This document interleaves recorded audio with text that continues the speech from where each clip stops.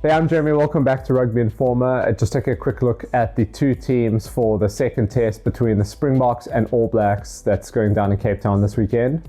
Regarding the Springboks, it seems like Rassie Erasmus has thrown another curveball to try and offset the All Blacks, perhaps. Instead of rewarding the players that played out of their boots last weekend, Apelela Fassi, Sasha Feinberg, Ngumazulu, he's mixed it up and brought back some old heads. Willie le Roux goes to fullback while Andre Pollard takes over the fly-half jersey. I think that's purely a tactical change.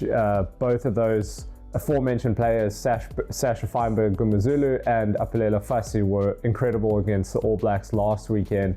But I think just going with Willie le Roux and Pollard, they understand the way the All Blacks kick. They've got more experience with the backfield coverage. They understand how to place themselves, how to communicate with the wingers.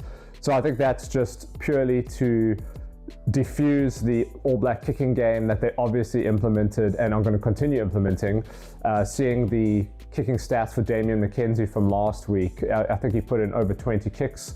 A lot of them were finding ground, bouncing twice. So they definitely want to clean those up and secure that area that was giving the Springboks a little bit of trouble in that match. And Rassie's also gone with a 5-3 split on the bench, a bit more of a traditional looking bench. And he's brought back Lukhanyo, which is interesting to see.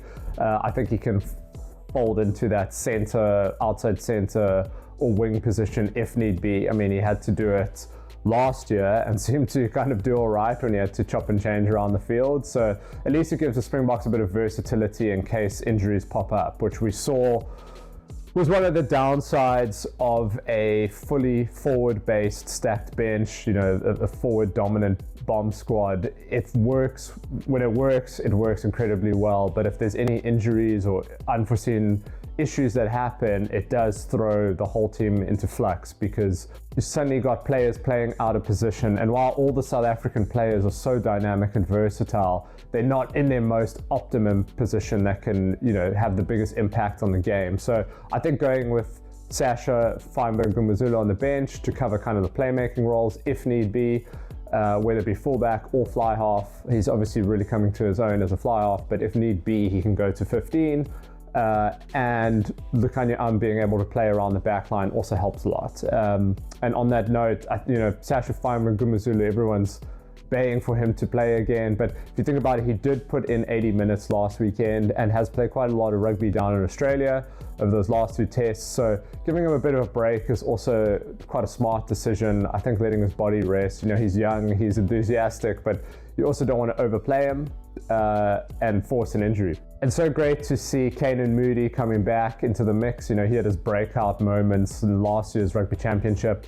He's got the height, versatility, strength, and he's quite aggressive in the contact situation. He often is driving other players backwards. So, it's no slight on Kurtley Arnsel whatsoever, but a bit of a different winger, which might add a little bit of dynamism in the backline for the Springboks on Saturday, maybe to help deal with some of the kicks that McKenzie is inevitably going to be putting through, and to help on defense if some of the quicker, more powerful backline players the All Blacks are stacking their team with find space. Now, there's obviously a lot of other players that are making some notable appearances for the Springboks. Grant Williams gets a start to scrum half, and I think that's well deserved, and he's going to add a bit of speed and danger around the ruck. He sniped around the ruck and scored the winning try last weekend.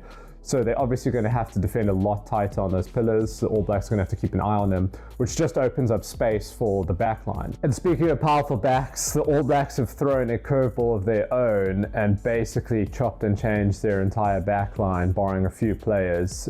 Scott Robertson's obviously got something up his sleeve. I think he thinks now's the time to strike and get this win because he's under quite a bit of pressure. And New Zealand leaving South Africa with 2 losses might be quite detrimental for what comes next for Robertson, but he's mixed it up, and I think we're going to see a lot more of a familiar All Black performance, running the ball, keeping it in hand a lot more, and utilizing their powerful outside backs. He's brought in Severis again, giving him a starting position, as well as Mark Talia, who came off the bench last week and looked pretty good, but now he's getting his chance to start. And the most surprising change is probably Will Jordan at fullback, taking the space of Beauden Barrett, who probably should be playing fly half for the All Blacks, but they're sticking with Damian McKenzie. I think, you know, looking at the way the team that they've selected, I think Scott Robertson maybe is trying to bring more of that Crusaders influence back into the All Blacks. You know, Will Jordan understands Scott Robertson probably a bit better with his time with the Crusaders. He understands the kicking game, the counter-attacking game, as well as Sevu Reece. They seem to understand one another very well as understanding what Scott Robertson probably wants from them in terms of how they attack and how they communicate with Damian McKenzie, who's kind of got a bit of that Richie Mwanga element to him. He's maybe not as fully fledged as a test fly half at the moment, and he's still kind of cutting his teeth at starting in the number 10 jersey, even though he does have a lot of experience with the Chiefs. But the setup just looks more like a Crusaders type of a backline, and I think maybe Scott Robertson's just going back to what he knows, players who are more familiar with him and more familiar with that type of game plan or communication and understanding. And Wallace Satiti comes in for Ethan Blackadder, who I thought actually had a pretty good game last weekend, but I think he picked up an injury. You know, Wallace Satiti, he's had a very good Super Rugby season for those who maybe don't watch. He's fast, he's powerful, and maybe better with ball in hand than Ethan Blackadder. So he'll be offering, I guess, a lot of physicality on both sides of the ball. So it's looking like a more mobile, faster, powerful All Black side, and their bench is looking far better this weekend.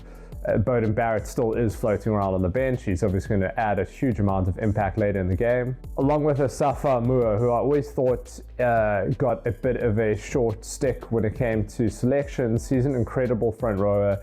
He's great at his pick and carries off a ruck. And if the All Blacks get into the Springboks half later in the game, they'll need to keep a close eye on him because he can drive from 5 meters out and often get a try or break a tackle or two. So it's really like it's going to come down to the wire this one once again. Very different approaches. The All Blacks bench now looks like it's stacked with a lot of explosive power, whereas the South African bench has a lot of dynamism and versatility if things go wrong or things go right. And yeah, we can't wait to see how this one plays out. So yeah, let us know what you think about the selections. Let us know which players you think are probably going to make the difference.